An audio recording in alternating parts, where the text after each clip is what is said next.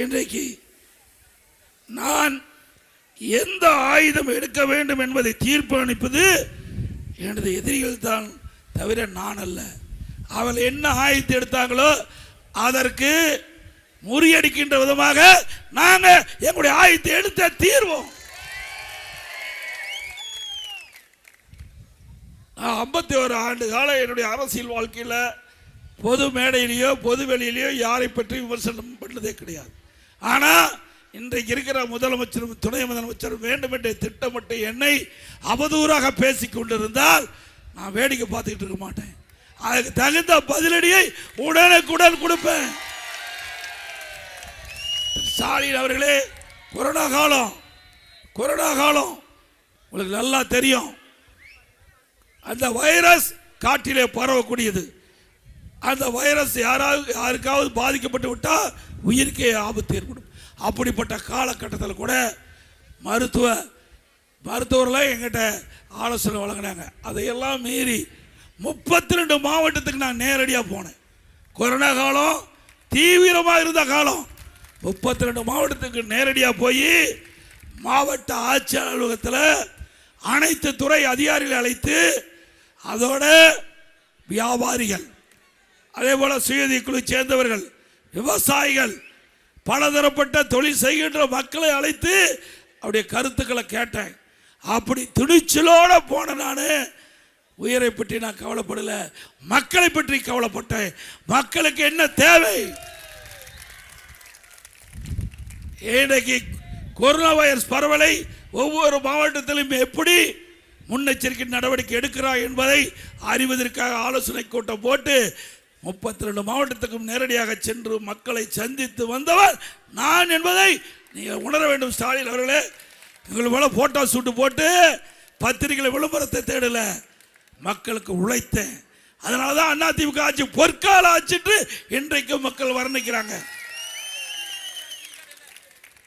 அதே போல இங்கே பல வாக்குறுதி கொடுத்தார் திரு உதயநிதி அவர்கள்.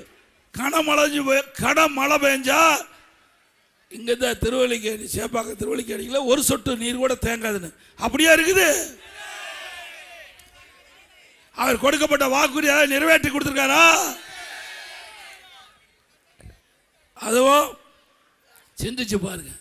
திரு கருணாநிதி குடும்பத்தில் பிறந்தாதான் அவர்கள் அமைச்சராக முடியும், துணை முதலமைச்சராக முடியும், அதுக்கு மேலே உயர்ந்த பதவிக்கு அதிகாரத்தில் வர முடியும். திரு கருணாநிதி குடும்பத்தில் பிறந்தால் தான் அந்த கட்சிக்குள்ள பதவிக்கு வர முடியும். இப்போ யாரா இருக்கிறா?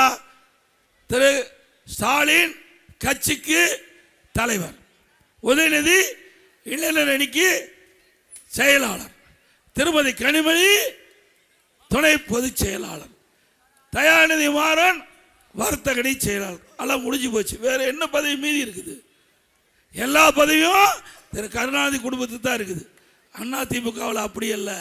சாதாரண வார்டு செயலாளரை கூட இந்த கட்சியில விசுவாசமாக உழைத்தால், தலைமைக்கு விசுவாசமா இருந்தா பொதுச் செயலாளராக ஆக முடியும்.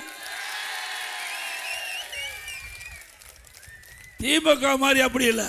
அதே போல கட்சிக்கு விசுவாசமா இருந்து மக்களிடத்திலே நல்ல பெயர் எடுத்து, நிர்வாக இடத்தில் நல்ல பெயர் எடுத்து அவருக்கு வாய்ப்பு கொடுக்கின்ற கட்சி அதிமுக கட்சி. சட்டமன்றத்திலையும் நாடாளுமன்றத்திலையும் இன்றைக்கு சாதாரண தொண்டன் கூட சரியான முறையில் உழைத்தால் முதலமைச்சர் ஆகலாம் அதிமுகவில்.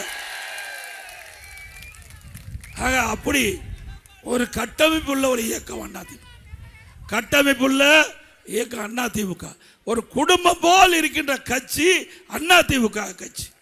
திமுக அப்படி இல்லை. குடும்பம்னா திரு கருணாநிதி குடும்பம் தான், அது கட்சி அல்ல. திமுகனா திரு கருணாநிதி குடும்பம், திரு கருணாநிதி குடும்பம்னா திமுக. அப்படித்தானே இருக்குது. அது மட்டும் இல்லை, ஸ்டாலின் நிறைய அறிவிப்புகள் விட்டார். அதில் மாதந்தோறும் திமுக ஆட்சிக்கு வந்தால் கேஸ் சிலிண்டர் 100 ரூபா மானியம் கொடுக்குறாரு. கொடுத்தாரா? Petrol diesel குறைச்சாரா? ரேஷன் கடையில் கூடுதலாக 1 கிலோ அரிசி ஒரு சர்க்கரை போடுறாரு, போட்டாரா? எதையுமே செய்யல. கொடுக்கப்பட்ட வாக்குறுதி அத்தனையும் பொய்யான வாக்குறுதி, மக்களை ஏமாற்றுவதிலே நம்பர் 1 முதலமைச்சர் திரு ஸ்டாலின்.